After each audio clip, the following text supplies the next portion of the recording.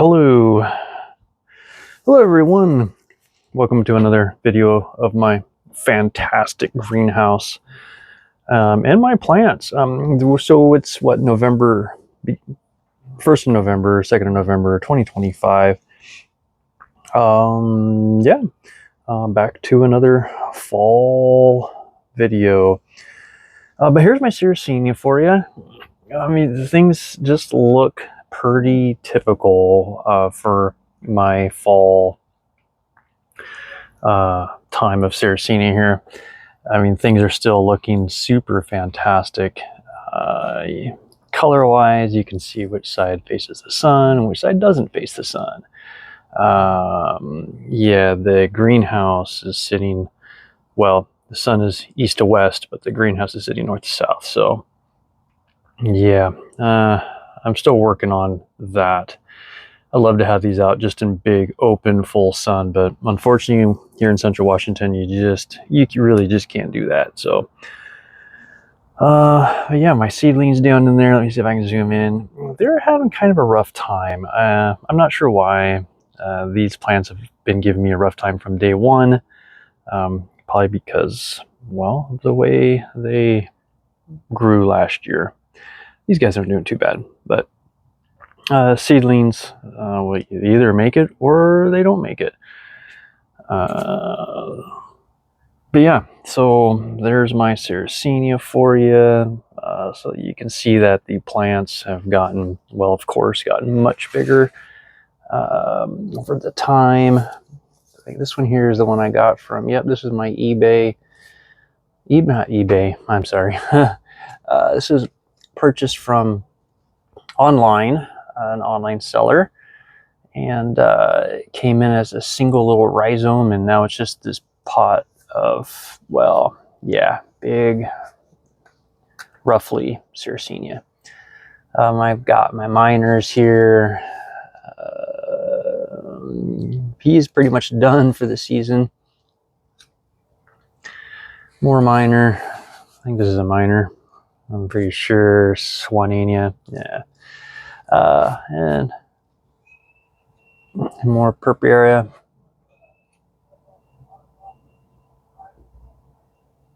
Yeah, just great plants. I have a lot of these that I'm growing right over there. Each tag is its own pot, of course. That's going to be next spring's fiasco outdoors. It's going to go out in a planter out in the wide open. These baby Sarracenias, not all of them, but a few of those. Let's see here, my Drosera. So there's the Drosera. You can see the dew on them. I really do pay attention to the plant. The plant tells me what kind of condition it's in, how happy it is. Not happy, happy. Oh, look at this, my ping flower.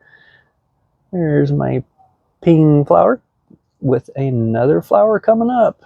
Cute little things, I guess. But yeah. Then, of course, we have our plants that are going dormant. This guy here is my California Sunset, is, well, dormant, of course. I think I showed it on my last video. There's its dormant form down there. So, of course, the plant's doing well. The dew. I always read the dew. My Scorpioides. I mean, not bad for, we've been getting down in the low 30s. We've been freezing. The greenhouse doesn't freeze, but the outside temperature does get down to the freezing temperatures. I had a huge problem with moisture that since I've put this greenhouse on the actual ground, the condensation in here is crazy. I think I've been getting some root rot on my Venus flytraps, which honestly, I really don't care. I've got plenty of carnivorous plants. So, but yeah, so these are my Venus flytraps. Yeah, I lost a few. I think I lost this plant right here, root rot.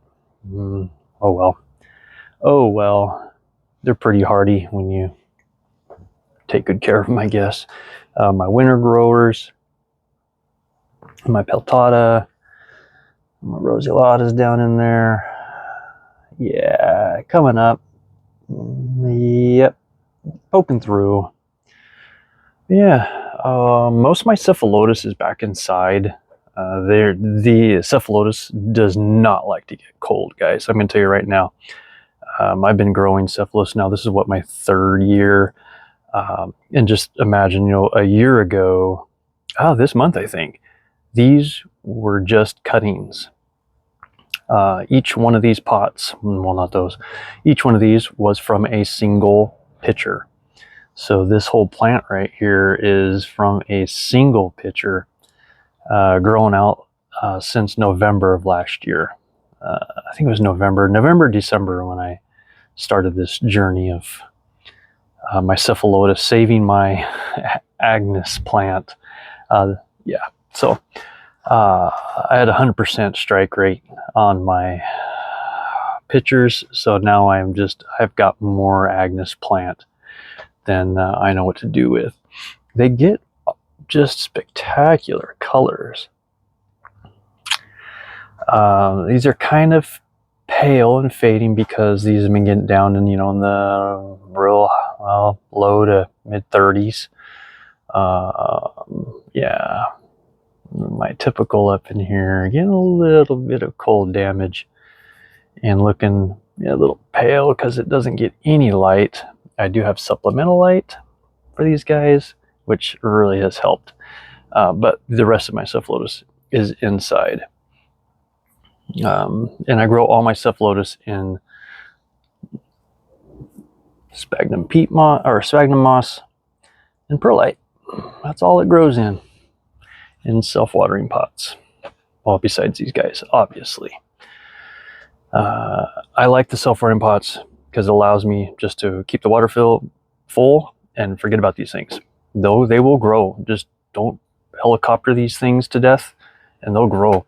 They'll just keep growing and yeah. But this is kind of set up. It's real easy to overwater and you'll get root rot happening if you don't watch. Oh yeah, some Nepenthes down in there. I got Nepenthes seeds everywhere. But yeah, so that's my Cephalotus. Well, what's left of my Cephalotus for outdoors. I just don't have room inside for these guys. So we're going to knock on wood. Hopefully they survive. We'll keep them warm. Well, above freezing. My Darlingtonia. Someone made a comment just recently about my Darlingtonia setup. This is all tissue cultured plants. All of this. Individual plants. And then, of course, they started making these runners everywhere. Yeah. So this is going to be overcrowded, guys. Just to let you know. Overcrowded big time. But I'll let them grow out and see what they come out to be like. But they had asked me about the setup of this. So it's November. We're getting down in the 30s. We did have a couple nights where we're in like the high 20s, but cold. So I don't have the chiller on it. And you can see what I have is I just have a pump. I have a pump, 12 volts. I use a variable, a potentiometer to control the speed of the pump. And this is a cooling line that goes inside my ice chiller. I have a chiller that it's a portable ice maker. This sits in the portable ice maker, and I run the pump off of a thermostat during the summer to help keep this at about 55 to 60 degrees is the temperature that this gets in the summer. Since we're getting down in the 30s and 40s, I don't run the chiller during the winter, obviously. And they just continue to keep on growing. Nothing real spectacular about them. I was more interested in just finding something that works for them, which I have. This is my most favorite thing right here. This has come together really, really nicely. all my different species of plants in one big pot. Even Cephalotus. So this is what, a 12 by, probably a 12 by 24 cooler is what that is, styrofoam cooler, loaded up with many different species of plants. Oh no, poor fly, no. But yeah, I have some temperate species of plants along with some tropical, I do believe, mixed in with this. So the tropical plants will probably fall off on me, but we'll see what happens through the winter. Moving on to my dewy pine. Guys, I have some bad news about my dewy pine. My California Carnivores dewy pine. Let's get down in there. There she is. Guys, gone. It has died on me.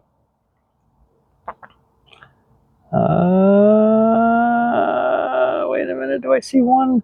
Oh, I see one little leaf peeking through there. Oh, it may not have died all the way, but yeah. That plant, like I'd mentioned many times before, has never fully reached the height as the rest of my seed grown. These are all seed grown, besides the one in the middle. The one in the middle was from California Carnivores. In my seed grown plants, it's kind of hard to give you a good representation of how big it is. But that is a big plant. Well, they're all big plants. So I don't know if these guys just took all the bugs. So the center plant starved to death. I'm not sure. But yeah. But I do see we got a new little shoot coming up. So I don't know. We'll knock on wood. Or it's going to be what I call the dreaded root mealybug. I just don't see any issues with the other plants. I mean, sure, it's cold weather, so you can see a little difference in color. But they're just hanging on pretty strong there. So, yeah, bad news. Center plant from California Carnivores has gone south on me. But we'll just keep on growing because that's what we do. So, yeah, that's pretty much the lowdown of the greenhouse for November of 2025. I mean, I still have all my other plants. Yeah, that's pretty much it, guys. There's all my baby Sarracenia. Can't wait for next spring. This is gonna be awesome. A lot of Sarracenia, so 10 different species of plants. Should be pretty interesting next spring. Hopefully, as long as these seedlings make it through the winter for me. So, thanks, guys. If you got any questions or anything or comments, leave them down below. If you're interested in anything and you're in the Central Washington area, let me know. I'd be more than happy to help share what I have. So, thanks for watching, guys. We'll catch you on the next one.